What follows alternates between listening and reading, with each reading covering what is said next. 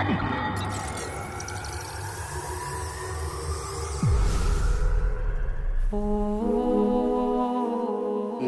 Jazi dalam Sifatus Safwa dan Ibnu Nahas dalam Masyarikul Aswa mengisahkan dari seorang solihin yang bernama Abu Qudamah As-Samia.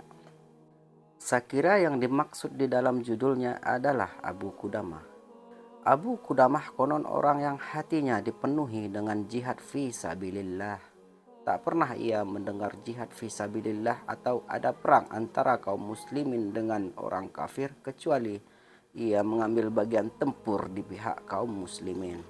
Suatu ketika ia sedang duduk-duduk di Masjidil Haram. Ada seorang yang menghampirinya seraya berkata, "Hai Abu Qudamah, ceritakanlah peristiwa yang paling ajaib yang pernah kamu alami dalam berjihad." "Baiklah, aku akan menceritakannya pada kalian," kata Abu Qudamah. "Suatu ketika aku berangkat bersama sahabatku untuk memerangi kaum salibis di beberapa pos penjagaan dekat perbatasan. Dalam perjalanan itu, aku melalui kota Rakkah, sebuah kota Irak dekat dengan Efrat. Di sana aku membeli seekor unta untuk kugunakan untuk membawa persenjataanku. Di samping itu, aku mengajak warga kota lewat masjid-masjid untuk ikut serta dalam jihad dan berinfak fi sabilillah. Menjelang malam harinya, ada orang yang mengetuk pintu. Tatkala aku bukakan, ternyata ada seorang wanita yang menutupi wajah dengan gaunnya. Aku bertanya, 'Apa yang Anda inginkan?' Wanita tersebut menjawab, 'Adakah yang bernama Abu Qudamah?' 'Ya, aku Abu Qudamah.' Wanita itu bertanya, 'Adakah hari ini yang mengumpulkan dana untuk membantu jihad di perbatasan?' Maka wanita itu menyerahkan secari kertas dan sebuah bingkisan terikat dan berpaling sambil menangis. Pada kertas itu tertulis, 'Anda mengajak kami untuk berjihad, namun aku tak sanggup. Untuk itu, maka kupotong 2 kucir rambut kesayanganku agar Anda jadikan sebagai tali kuda Anda. Kuharap bila Allah melihatnya pada kuda Anda dalam jihad, Ia mengampuni dosaku karenanya.' Sahabat hati pujangga yang budiman, dari kucir rambut inilah kisah-kisah selanjutnya terjadi. Demi Allah, aku kagum atas semangat dan kegigihannya untuk ikut jihad. Demikian pula kerinduannya untuk mendapatkan ampunan Allah dan syurganya," kata Abu Qudamah. Keesokan harinya, aku bersama sahabatku beranjak meninggalkan kota Rakkah. Tatkala kami tiba di benteng Maslamah bin Abdul Malik, tiba-tiba dari belakang ada seorang penunggang kuda yang memanggil-manggil, "Hai Abu Qudamah, hai Abu Qudamah, tunggulah sebentar. Semoga Allah merahmatimu," teriak orang itu. "Kalian berangkat saja duluan biar aku yang mencari tahu tentang orang ini," perintahku pada para sahabatku. Ketika aku hendak menyapanya, orang itu mendahuluiku dan mengatakan, "Segala puji bagi Allah yang mengizinkanku untuk ikut bersamamu dan tidak menolak keikutsertaanku." "Apa yang kau inginkan?" tanyaku. "Aku ingin ikut bersamamu memerangi orang-orang kafir," jawabnya. "Perlihatkan wajahmu, aku ingin lihat. Kalau engkau cukup dewasa dan wajib untuk berjihad, akan aku terima. Namun jikalau masih kecil dan tidak wajib untuk berjihad, terpaksa aku tolak." Ketika ia menyingkap wajahnya, tampaklah olehku wajah yang putih bersinar bak bulan purnama. Ternyata ia masih muda belia dan umurnya baru 17 tahun. "Wahai anakku, apakah kamu memiliki ayah?" tanyaku. "Ayahku terbunuh di kaum salibis dan aku ingin ikut bersamamu memerangi orang-orang yang membunuh ayahku," jawabnya. "Bagaimana dengan ibumu? Masih hidupkah ia?" tanyaku lagi. "Iya," jawabnya. "Kembalilah ke ibumu dan rawatlah ia baik-baik, karena syurga ada di bawah telapak kakinya," pintaku padanya. Kau tak kenal ibuku? Tanyanya. Tidak, aku tak kenal ibumu, jawabku. Ibuku adalah pemilik titipan itu. Titipan yang mana? Tanyaku. Ialah yang menitip tali kuda itu, jawabnya. Tali kuda yang mana? Tanyaku keheranan. Subhanallah, alangkah pelupanya Anda ini. Tidak ingatkah Anda dengan wanita yang datang tadi malam, yang menyerahkan seutas tali kuda dan bingkisan? Ya, aku ingat, jawabku. Ialah ibuku. Ia menyuruhku berjihad bersamamu dan mengambil sumpah dariku supaya aku tidak kembali lagi, katanya. Ibuku berkata, wahai anakku, jika kamu telah berhadapan dengan musuh, maka janganlah engkau melarikan diri. Persembahkan jiwamu untuk Allah, mintalah kedudukan di sisinya, dan mintalah agar engkau ditempatkan bersama ayah dan paman-pamanmu di jannah. Jika Allah mengaruniamu mati syahid, maka mintalah syafaat bagiku. Kemudian ibu memelukku, lalu mengadahkan tangan ke langit, seraya berkata, ya Allah, ya ilahi, inilah putraku, buah hati dan belahan jiwaku. Ku persembahkan ia untukmu. Maka dekatkanlah ia dengan ayahnya. Aku benar-benar takjub dengan anak ini, kata Abu Qudamah. Lalu anak itu pun segera menyela karenanya. Kumohon atas nama Allah, janganlah kau halangi aku untuk berjihad bersamamu. Insya Allah aku adalah As-Sahid, putra As-Sahid. Aku telah hafal Al-Quran, aku juga jago menunggang kuda dan memanah. Maka janganlah meremehkanku hanya karena umurku, kata anak itu masih memelas. Kemudian setelah mendengar uraiannya, aku tak kuasa melarangnya, maka aku sertakan ia bersamaku. Demi Allah, ternyata tak pernah kulihat orang yang lebih cekatan darinya. Ketika pasukan bergerak, ia yang tercepat. Ketika kami singgah untuk beristirahat, ialah yang paling sibuk mengurus kami, dan lisannya tak pernah berhenti dari zikrullah. Kemudian kami pun singgah di suatu tempat di dekat pos perbatasan. Saat itu matahari hampir tenggelam dan kami dalam keadaan berpuasa. Maka ketika kami hendak menyiapkan hidangan untuk berbuka dan makan malam, bocah itu bersumpah atas nama Allah bahwa ialah yang akan menyiapkannya. Tentu saja kami melarangnya karena ia baru saja kecapean selama perjalanan panjang tadi. Akan tetapi bocah itu bersikeras menyiapkan hidangan bagi kami. Maka ketika kami beristirahat di suatu tempat, kami katakan kepadanya, menjauhlah sedikit agar asap kayu bakarmu tidak mengganggu kami. Maka bocah itu pun mengambil tempat yang agak jauh dari kami untuk memasak. Akan tetapi bocah itu tak kunjung tiba. Mereka merasa bahwa ia agak terlambat menyiapkan hidangan mereka. Hai Abu Qudamah, temuilah bocah itu. Ia sudah terlalu lama memasak dan ada apa dengannya? Pinta seseorang kepadaku. Lalu aku bergegas menemuinya. Maka aku dapatkan bocah itu menyalakan api unggun dan memasak sesuatu di atasnya. Tapi karena terlalu lelah, ia pun tertidur sambil menyandarkan kepalanya di atas sebuah batu. Melihat kondisinya yang seperti itu, sungguh demi Allah, aku tak sampai hati mengganggu tidurnya. Namun, aku pun tak mungkin kembali dengan mereka dengan tangan hampa. Karena sampai sekarang kami belum menyantap apa-apa. Akhirnya aku putuskan untuk menyiapkan makanan itu sendiri. Aku pun mulai meramu masakannya.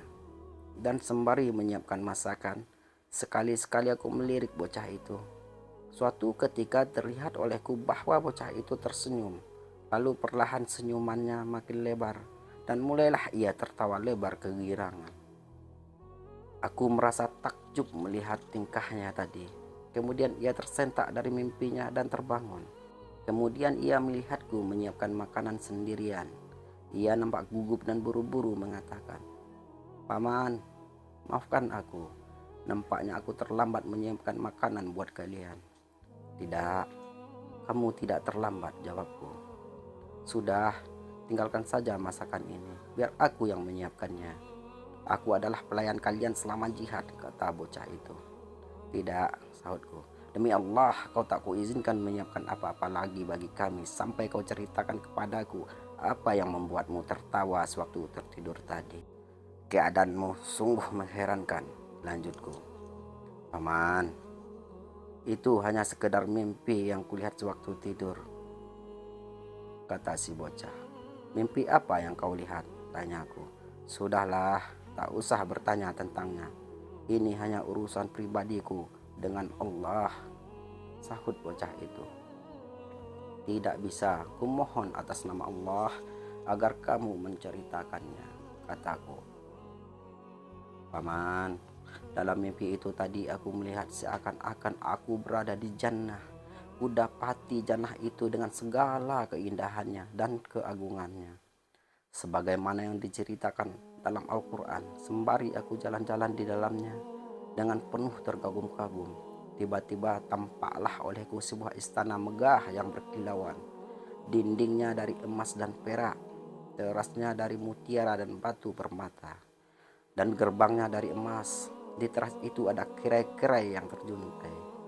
Lalu berlahan-lahan kerai-kerai itu terungkap dan tampaklah gadis-gadis belia dan cantik jelita. Wajah mereka bersinar bak rembulan. Kutatap wajah-wajah cantik itu dengan penuh kekaguman. Sungguh kecantikannya yang luar biasa, gumamku. Lalu muncullah seorang gadis lain yang lebih cantik dari mereka. Dengan telunjuknya ia memberikan isyarat pada gadis-gadis yang berada di sampingnya, seraya mengatakan, inilah calon suaminya Al-Mardiah. Iya, dialah calon suaminya, benar, dialah orangnya. Aku tak paham siapa itu Al-Mardiah. Maka aku bertanya kepadanya, kamukah Al-Mardiah? Aku adalah satu di antara dayang-dayang Al-Mardiah, katanya. Anda ingin bertemu Al-Mardiah? Tanya gadis itu. Kemarilah, masuklah ke sini. Semoga Allah merahmatimu, serunya. Tiba-tiba di atasnya ada kamar dari emas merah, dan kamar itu ada dipan yang bertahtakan permata hijau, dan kaki-kakinya terbuat dari perak putih yang berkilauan. Dan di atasnya ada seorang gadis belia yang berwajah bersinar laksana surya. Kalaulah Allah tidak memantapkan hati dan penglihatanku, niscaya butalah mataku dan hilanglah akal sehatku karena tak kuasa menatapnya. Tatkala ia menatapku, ia menyambutku seraya berkata, selamat datang hai wali Allah dan kekasihnya. Aku diciptakan untukmu dan engkau adalah milikku. Mendengar suara merdu itu, aku berusaha mendekati dan menyentuhnya. Namun sebelum tanganku sampai kepadanya, ia berkata, wahai kekasihku dan tambatan hatiku, semoga Allah menjauhkanmu dari segala kekejian. Urusanmu di dunia masih tersisa sedikit. Insya Allah besok kita akan bertemu selepas asar. Aku pun tersenyum dan senang mendengarnya. Sahabat hati pujangga, Abu Qudamah melanjutkan. Usai mendengarkan cerita si bocah yang indah tadi, aku berkata kepadanya, insya Allah mimpimu pertanda baik. Lalu kami pun menyantap hidangan tadi bersama-sama, kemudian meneruskan perjalanan kami menuju pos perbatasan. Setibanya di pos perbatasan, kami menurunkan semua muatan dan bermalam di sana. Keesokan harinya setelah menunaikan sholat fajar, kita bergerak ke medan pertempuran untuk menghadapi musuh. Sang komandan bangkit untuk mengatur barisan. Ia membaca permulaan surat Al-Anfal. Ia mengingatkan akan besarnya pahala jihad fi sabilillah dan mati syahid. Sembari terus mengobarkan semangat jihad kaum muslimin, Abu Qudamah mengisahkan, tatkala aku perhatikan orang-orang di sekitarku, kudapati masing-masing mereka mengumpulkan sanak kerabatnya di sekitarnya. Adapun si bocah, ia tak punya si ayah yang memanggilnya atau paman yang mengajaknya, tidak pula saudara yang mendampinginya. Aku pun terus memperhatikan gerak-geriknya. Lalu tampaklah ia olehku berada di barisan paling terdepan. Maka segeralah ku kejar ia. Kusibak barisan demi barisan hingga sampailah padanya.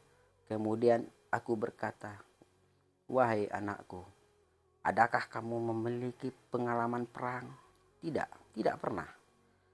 Ini justru pertempuranku yang pertama, jawab si bocah. Wahai anakku, Sesungguhnya perkara ini tidaklah segampang yang kau bayangkan. Ini adalah peperangan, sebuah pertumpahan darah di tengah gemerincingnya pedang, ringkikan kuda, dan hujan panah.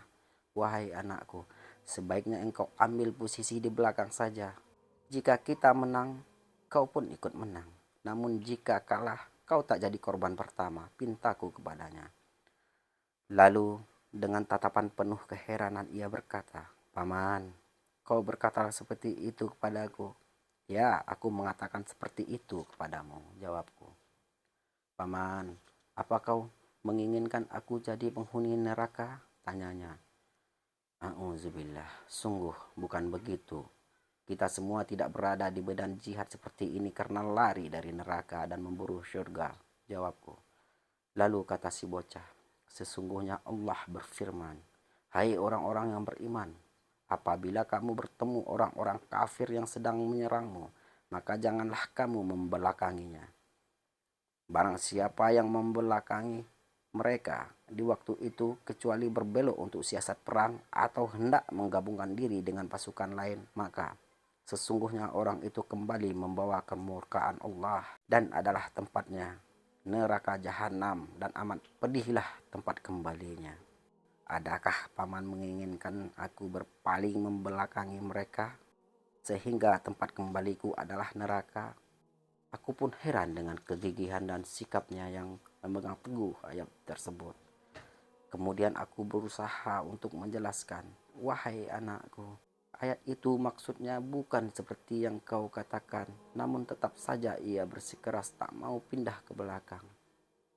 Aku pun menarik tangannya secara paksa, membawa ke akhir barisan, namun justru ia menarik lengannya kembali seakan ingin melepaskan dariku. Lalu perang pun dimulai dan aku terhalang oleh pasukan berkuda dan darinya. Dalam kancah pertempuran itu terdengarlah derap langkah kaki kuda diiringi gemerincing pedang dan hujan panah. Lalu mulailah kepala-kepala berjatuhan satu persatu. Bau anyir darah tercium di mana-mana.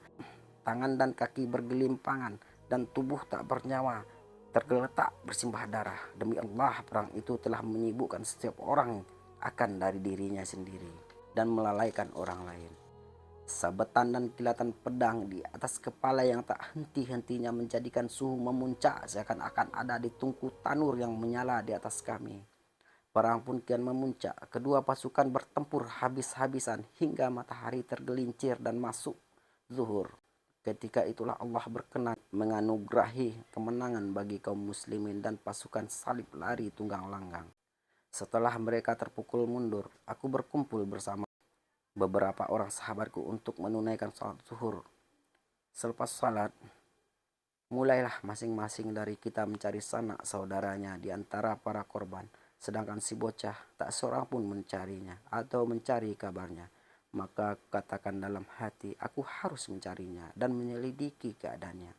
Barangkali ia terbunuh, terluka, atau jatuh dalam tawanan musuh. Aku pun mulai mencarinya di tengah para korban.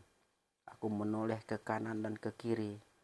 Kalau ia terlihat olehku. Di saat itulah aku mendengar suara lirih di belakangku yang mengatakan, saudara-saudara, tolong panggilkan pamanku Abu Qudamah kemari. Aku menoleh ke arah suara tadi. Ternyata tubuh itu adalah tubuh si bocah. Dan ternyata puluhan tombak telah menusuk tubuhnya. Ia babak belur terinjak pasukan berkuda. Dari mulutnya keluar darah segar, dagingnya tercabik-cabik dan tulangnya remuk total. Ia tergeletak seorang diri di tengah padang pasir. Maka aku duduk bersimpuh di hadapannya, berteriak sekuat tenagaku. Akulah Abu Qudamah, aku di sampingmu. Segala puji bagi Allah yang telah menghidupkanku hingga aku dapat berwasiat kepadamu. Maka dengarkanlah baik-baik wasiatku ini, kata si bocah. Sahabat hati pujangga, Abu Qudamah mengatakan, sungguh demi Allah, tak kuasa menahan tangisku. Aku teringat akan segala kebaikannya, sekaligus sedih akan ibunya yang tinggal di Rokkah. Tahun lalu ia dikejutkan dengan kematian suaminya dan saudara-saudaranya. Lalu sekarang dia dikejutkan dengan kematian anaknya. Aku menyingsingkan sebagian kainku dan mengusap darah yang menutupi wajah polos itu. Ketika ia merasakan sentuhanku, ia berkata, "Paman, usaplah darah dengan pakaianku dan jangan kau usap dengan pakaianmu." Demi Allah, tak kuasa aku menahan tangisku dan tak tahu harus berkata apa. Sesaat kemudian, bocah itu berkata dengan suara lirih, "Paman, berjanjilah sepeninggalku nanti kau akan kembali ke Rakkah dan memberi kabar gembira kepada ibuku bahwa Allah telah menerima hadiahnya dan anaknya telah gugur di jalan Allah dalam keadaan maju dan pantang mundur. Sampaikan pula padanya, jikalau Allah menakdirkan aku sebagai syuhada, akan kusampaikan salamnya untuk ayah dan paman-pamanku di jannah. Paman, aku khawatir jikalau ibuku tidak mempercayai ucapan-ucapanmu, maka ambillah pakaianku yang berlumuran darah ini, karena bila ibu melihatnya, ia akan yakin bahwa aku telah terbunuh. Insya Allah kami akan kembali lagi di jannah. Paman, setibanya engkau di rumahku, dan kau dapati seorang gadis kecil yang berumur 9 tahun. Ia adalah saudariku. Tak pernah aku masuk rumah kecuali ia sambut dengan keceriaan. Dan tak pernah aku pergi diiringi isak tangis kesedihannya.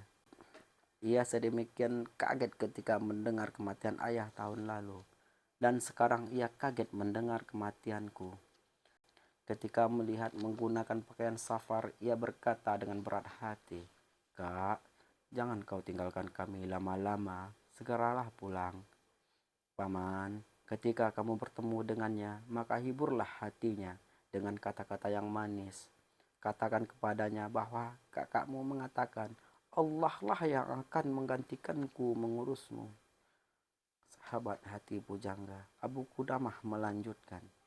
Kemudian bocah itu berusaha menguatkan dirinya. Namun nafasnya mulai sesak dan bicaranya tak jelas. Dia berusaha menguatkan dirinya untuk kedua kalinya dan berkata, "Paman, demi Allah mimpi itu benar. Mimpi itu sekarang menjadi kenyataan. Demi Allah aku saat ini benar-benar melihat Al-Marudiyah dan mencium bau wanginya." Lalu bocah itu mulai sekarat, dahinya berkeringat, nafasnya tersengal-sengal dan kemudian wafat di pangkuanku. Abu Qudamah berkata, "Maka aku lepaskanlah pakaiannya yang berlumuran darah, lalu kuletakkan dalam sebuah kantong, kemudian ku kebumikan ia. Usai mengebumikannya, keinginan terbesarku ialah kembali ke Rakkah dan menyampaikan pesannya kepada ibunya. Maka aku pun kembali ke Rakkah. Aku tak tahu siapa nama ibunya dan di mana rumah mereka. Tatkala aku menyusuri jalan di Rakkah, tampaklah olehku sebuah rumah. Di depan rumah itu ada gadis kecil berumur 9 tahun yang berdiri menunggu kedatangan seseorang. Ia melihat setiap orang yang berlalu di depannya. Tiap kali melihat orang yang datang bepergian, ia bertanya, "Paman, Anda datang dari mana?" "Aku datang dari jihad," kata lelaki itu. "Kalau begitu kakakku ada bersamamu?" Tanyanya. "Aku tak kenal. Siapa kakakmu?" kata lelaki itu sambil berlalu. Lalu lewatlah orang kedua dan tanyanya, "Akhi, Anda datang dari mana?" "Aku datang dari jihad," jawabnya. "Kakakku ada bersamamu?" tanya gadis itu. "Aku tak kenal. Siapa kakakmu?" katanya sambil berlalu. Lalu lewatlah orang ketiga, keempat, kelima, dan kemudian seterusnya. Lalu setelah putus asa menanyakan saudaranya, gadis itu menangis sambil tertunduk dan berkata, "Mengapa semua orang kembali dan kakakku tak kunjung kembali?" Melihat ia seperti itu, aku pun datang menghampirinya. Ketika ia melihat bekas-bekas safar padaku dan kantong yang kubawa, ia bertanya, "Paman, Anda datang dari mana?" "Aku datang dari jihad," jawabku. "Kalau begitu kakakku ada bersamamu." "Ibumu di mana?" tanyaku. "Ibuku ada di dalam rumah," jawabnya. "Sampaikan kepadanya agar ia keluar menemuiku," perintahku kepadanya. Ketika aku mendengar suaranya dan ia mendengar suaraku, ia bertanya, Hai Abu Qudamah, engkau datang hendak berbela sungkawa atau memberi kabar gembira? Maka aku tanya, semoga Allah merahmatimu. Jelaskanlah kepadaku apa yang kau maksud dengan bela sungkawa dan kabar gembira itu. Jika engkau hendak mengatakan bahwa anakku telah gugur di jalan Allah dalam keadaan maju dan pantang mundur, berarti engkau membawa kabar gembira kepadaku. Karena Allah telah menerima hadiahku yang kusiapkan untuknya sejak 17 tahun silam. Namun jika engkau hendak mengatakan bahwa anakku kembali dengan selamat dan membawa ganimah, berarti engkau datang untuk berbela sungkawa kepadaku. Karena Allah belum berkenan menerima hadiahku yang kupersembahkan untuknya. Jelas si perempuan itu. Maka kataku, kalau begitu, aku datang membawa kabar gembira untukmu. Sesungguhnya anakmu telah terbunuh fi sabilillah dalam keadaan maju pantang mundur. Ia bahkan mengisahkan sedikit kebaikan, dan Allah berkenan untuk mengambil sebagian darahnya hingga dia ridha. Tidak, kurasa engkau tidak berkata jujur, kata si ibu sembari melirik kantong yang kubawa. Sedangkan putrinya menatapku dengan seksama. Maka aku keluarkan isi kantong tersebut, kutunjukkan padanya pakaian putranya yang berlumuran darah. Nampaklah serpihan wajah-wajah anaknya yang berjatuhan dari kain itu, diikuti tetesan darah dan beberapa helai rambutnya. Bukankah ini adalah pakaiannya, ini sorbannya, lalu ini gamisnya yang kau pakaikan pada anakmu sewaktu berangkat jihad, kataku. Allahu Akbar, teriak si ibu kegirangan. Adapun gadis kecil tadi, ia berteriak histeris lalu jatuh terkulai tak sadarkan diri. Tak lama kemudian ia mulai merintih. Kakak. Sang ibu merasa cemas. Ia bergegas ke dalam mengambil air untuk putrinya, sedangkan aku duduk di samping kepalanya sambil mengguyurkan air kepadanya. Demi Allah, ia tidak sedang merintih. Ia sedang tidak memanggil kakaknya. Akan tetapi, ia sedang sekarat. Nafasnya semakin berat, dadanya kembang kempis, lalu perlahan rintihannya terhenti. Ya, gadis itu telah tiada. Setelah putrinya tiada, ia mendekapnya, lalu membawanya, lalu menutup pintu di hadapanku. Namun, sayup-sayup terdengar suara dari dalam. Ya Allah, aku telah merelakan kepergian suamiku, saudaraku, dan anakku di jalanmu. Ya Allah, kuharap engkau meridhai dan mengumpulkanku bersama mereka di jannahmu. Abu Qudamah berkata, maka aku ketuk pintu rumahnya dengan harapan ia membukakan. Aku ingin memberinya sejumlah uang, atau kuceritakan kepada orang-orang perihal kesabarannya, hingga kisah-kisahnya menjadi teladan. Akan tetapi sungguh ia tak membukakanku, atau tak menjawab seruan. Sungguh demi Allah, tak pernah kualami kejadian yang lebih menakjubkan dari ini, kata Abu Qudamah mengakhiri kisahnya. Allahu a'lam bishawab. Mudah-mudahan ini bermanfaat bagi kita semua. Assalamualaikum warahmatullahi wabarakatuh.